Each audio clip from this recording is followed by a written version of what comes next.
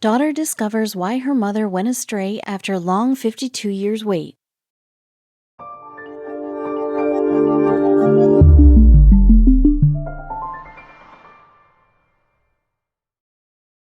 But before we start, please make sure to subscribe to m&rtv and hit the bell so you never miss any upload from us. Also, leave a like right now. Losing a parent is one of the most unfortunate experiences any kid can ever go through. Nobody should have to live with that kind of persistent pain. But there is one thing which is somehow worse than a dead parent. It is a parent who disappeared out of the blue. It involves endless wait for some news of whether they are alive, found dead, coming home, or still missing. That kind of trauma makes its way into adulthood and settles in for life. Linda Evans was one such unfortunate kid whose mother went missing when she was a kid. She had given up on the idea of finding out what happened to her mother until some recent events sparked up hope to look into the matter again. Little did she know she will end up finding answers which will make her mother's disappearance one of the most stunning mysteries of all time. It was a sunny morning in Surrey, British Columbia. Linda Evans had just woken up and was sipping on her tea while browsing through the local newspaper. Some people might find it sad, but this was one of her favorite parts of the day. She loved to sit in her rocking chair, soaking in the morning sun, and read about the world. Linda was lost in her newspaper, her streaming cup of tea momentarily fogging up her glasses, when her eyes landed on a piece of article with the title Missing of the Month.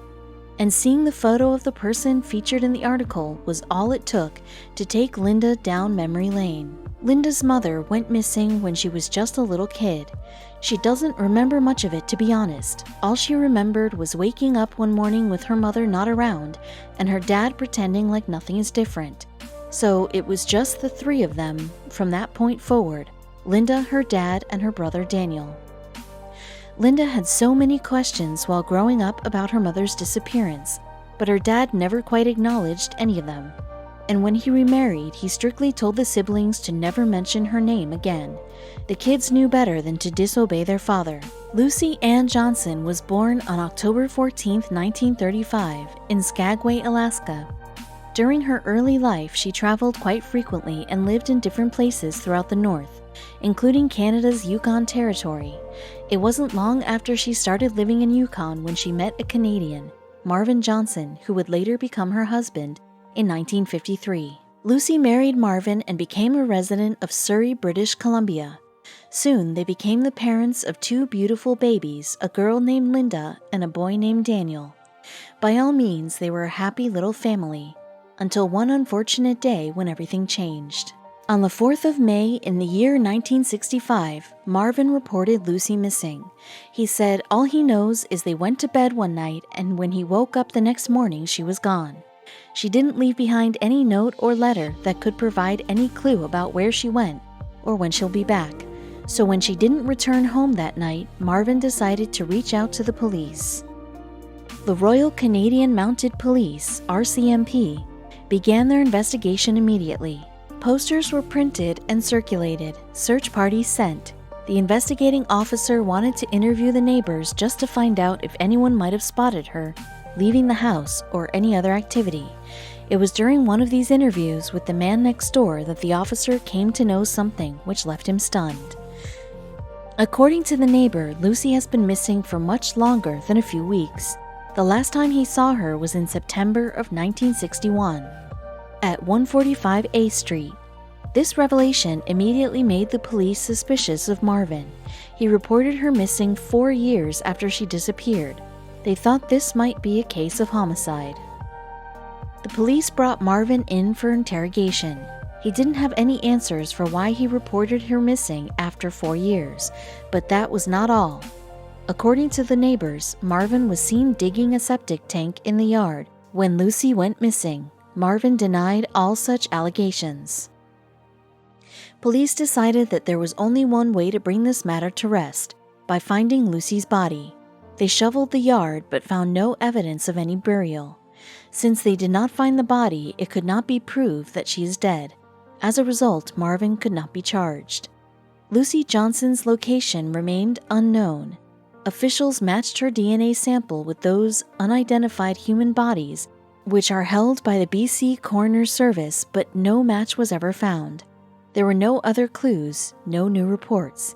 It was as if she had vanished into thin air, leaving behind no traces. Since there was no proof against Marvin and there were no other suspects, the case remained unsolved. The officials never found a body, which means they couldn't prove she's dead. People moved on, and so did Marvin. He eventually remarried, and Lucy's name was never mentioned in their house after that. It seemed as if tragedy didn't want to leave the Johnsons. After losing her mother, Lucy had to cope with losing her brother, Daniel, too. At the age of 20, Daniel had a terrible drowning accident. She only had her father left after that until he too passed away in the 1990s. Linda didn't know how to cope. She was numb yet hurting. What Linda went through, losing her entire family in pieces, it left her in a dark place. She was depressed for years. No amount of therapy could help her. She was very close to Daniel, so for her to move on from that had been especially difficult. Despite everything, she tried. She tried to get past all of it and make a life of her own. Linda had given up on the idea of finding out about what happened to her mother years ago. She didn't have a lot to remember her by either. All she had were 2 small pictures of her and a bunch of faded memories. When she disappeared, Linda was just a kid, so she couldn't do much anyway. But things were different now, and seeing this article had grown hope in her. The RCMP ran a feature in the local newspaper called Missing of the Month, in which they highlighted the cold cases of missing people dating back to the 1950s. Linda's mother was featured in the June edition, which was the article she was looking at. Reading the article brought back all the curiosity. Linda decided she is going to find out what happened to her mother, but she didn't know where to start. She spent hours brainstorming through ideas about where she could start her search or which people she could contact.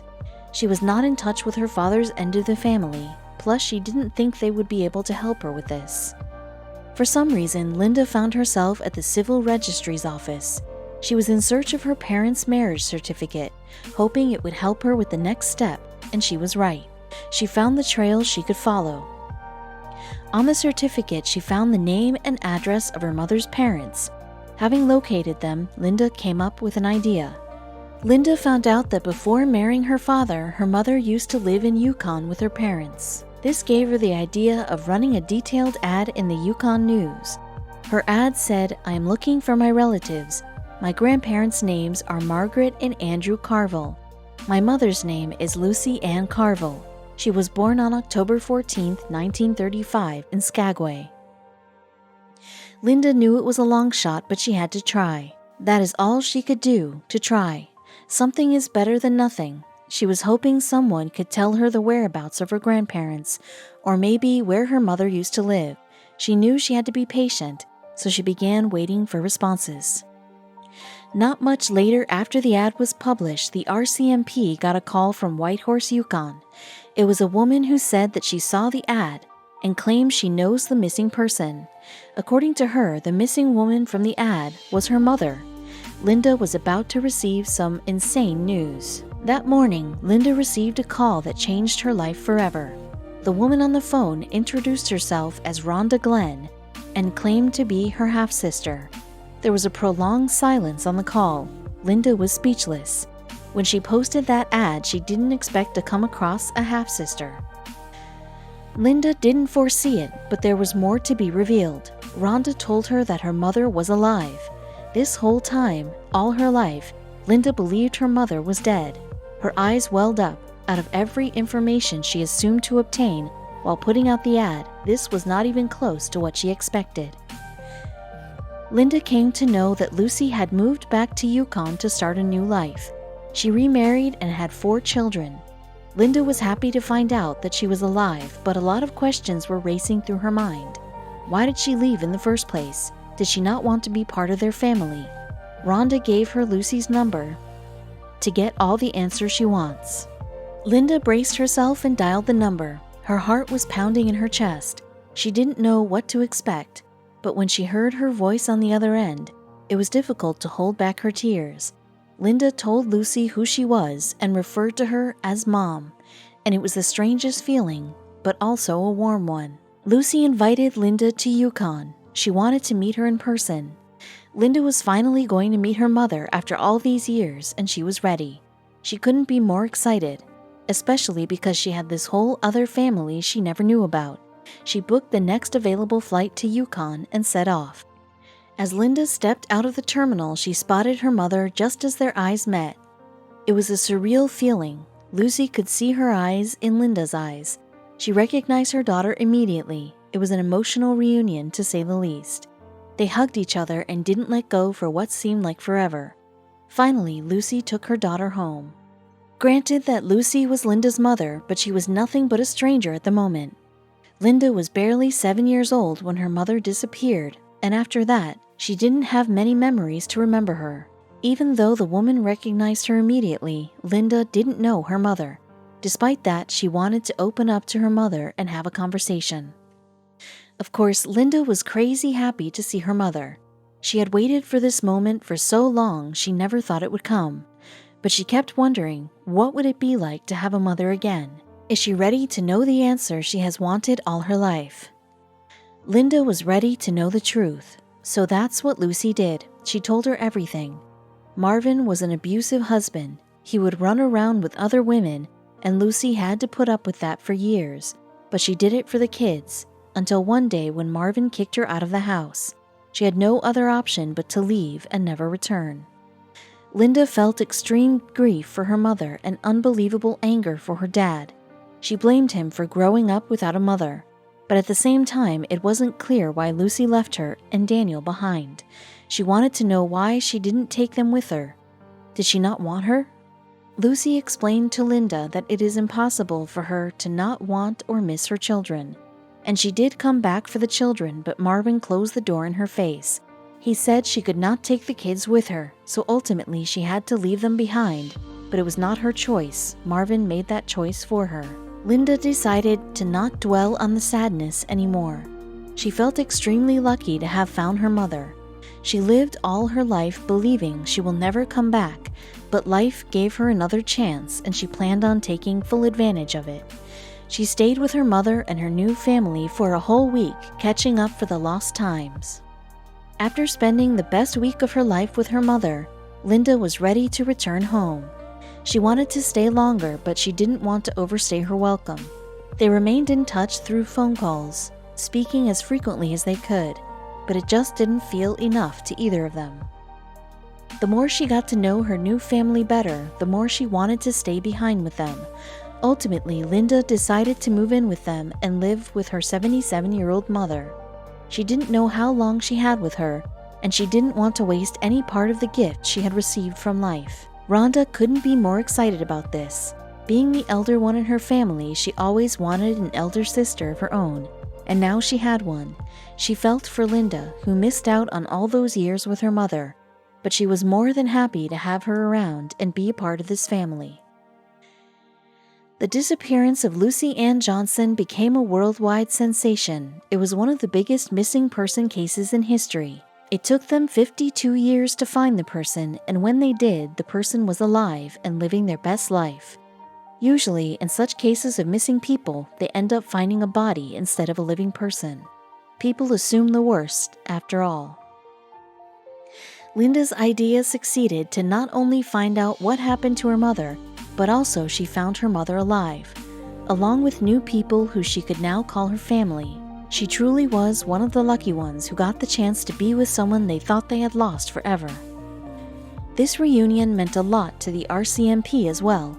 After so many tries to find a lead to Lucy, her daughter Linda managed to achieve it 52 years after her disappearance. They were finally able to close the cold case of Lucy Ann Johnson. The biggest unsolved missing person case was, at last, over.